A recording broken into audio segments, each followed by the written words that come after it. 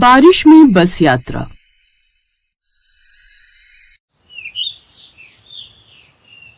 बारिश के दिन थे।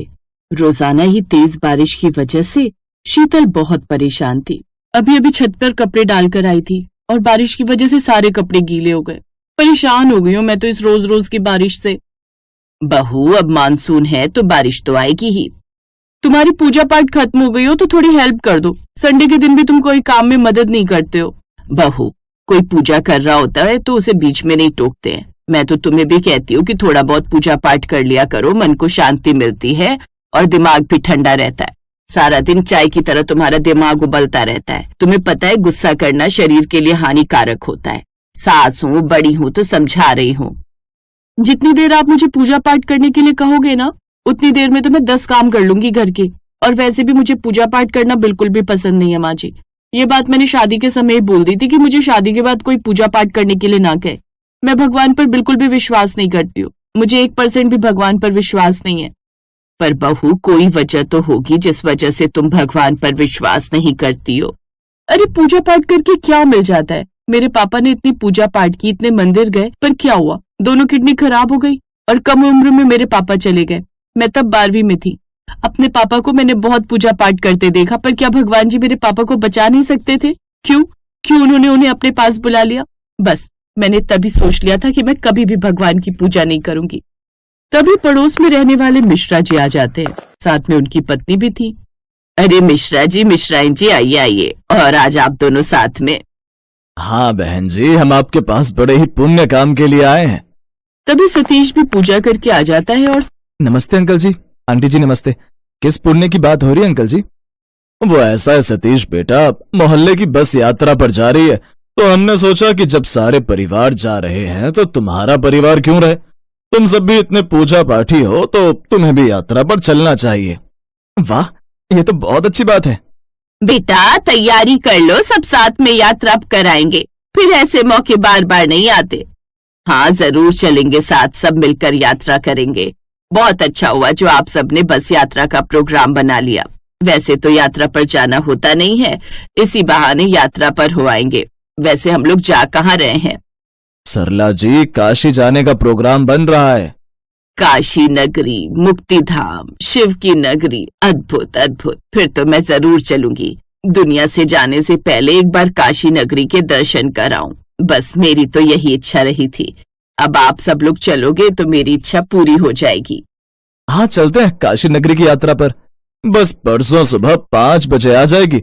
हम सबको तैयार होकर मोहल्ले ग्राउंड पर पहुंचना है। ठीक है अंकल जी, हम तैयार रहेंगे। मिश्रा जी और उनकी पत्नी के जाने के बाद शीतल बोली, आप दोनों चले जाओगे तो मैं अकेले क्या करूंगी? माँ भी भैया भाभी के पास दूसरे शहर गई है। मैं अकेले कैसे रहूंगी 2-3 दिन? माँ होती तो मैं वहां चली जाती। अरे तो बहू, तुम भी हमारे साथ चलो ना, इसी बहाने तुम भी काशी नगरी के दर्शन कर लोगी। मैं कहीं नहीं जा रही हूँ। मैंने अभी अभी आपको बताया तो कि मुझे पूजा पाठ में कोई दिलचस्पी नहीं है और मैं भगवान पर विश्वास भी नहीं करती। अरे बहू, ये तो यात्रा है, सारे मोहल्ले वाले जा रहे हैं। हम भी चलेंगे तो अच्छा लगेगा, मन भी बहल जाएगा। हाँ, घूमने के बहाने चल लो। तुम इतना गुस्सा करती हो, हमेशा तनाव में रहती हो। शायद इस यात्रा से तुम्हें थोड़ी शांति मिले। अब घर में अकेली तुम रह नहीं सकती और मेरा बहुत मन है कि मैं माँ को काशी नगरी लेकर जाऊं। तो मैं और माँ तो जरूर जाएंगे, तो तुम भी साथ चल लो। जाने में क्या हर्ज है?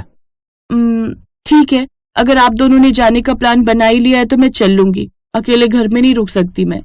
यात्रा पर जाने का समय आया। सब लोग तैयारी करके बस में बैठ गए और फिर बस यात्रा शुरू हो गई। सभी परिवार बहुत खुश थे। सब आपस में एक दूसरे के साथ हंसी मजाक बातें कर रहे थे, क्योंकि काफी समय बाद सब लोग एक साथ घूमने के लिए निकले थे। लो जी, बारिश शुरू हो गई। कल रात से ही बादल बने हुए थे। ये तो अच्छी बात है कि हम लोग घर से निकल गए। बारिश अब शुरू हुई है, वरना घर से निकलने में बड़ी दिक्कत होती। इतनी बारिश में हम लोग घर से निकले। मुझे तो बड़ी घबराहट होती है बारिश में बस का सफर करते हुए। इसमें घबराहट की क्या बात है बहू, बस में ही तो बैठे हैं। कौन सा सड़क पर चल रहे हैं जो हम बारिश में भीगेंगे? हाँ और क्या, हम तो आराम से बस में बैठे हैं। जैसे जैसे बस अपने रास्ते पर बढ़ रही थी, बारिश तेज होती जा रही थी। सब लोग भगवान के भजन गा रहे थे। सतीश और उसकी माँ भी सभी यात्रियों के साथ भजन कीर्तन करने लगे। जोर जोर से भगवान शिव के भजन गा रहे थे। अब ये सब शीतल को अजीब लगने लगा। इतना शोर मचा रखा है, मैं आप दोनों के साथ तो आ गई पर एक सेकंड के लिए भी चैन से नहीं बैठी। कैसी बातें करती हो बहू, ये शोर नहीं है, ये तो भगवान के भजन की धुन है। मीठे मीठे भजन गाकर तो प्रसन्नता होनी चाहिए।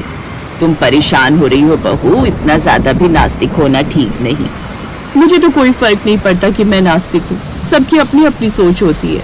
सही कह रही हो बहू, सबकी अपनी अपनी सोच होती है।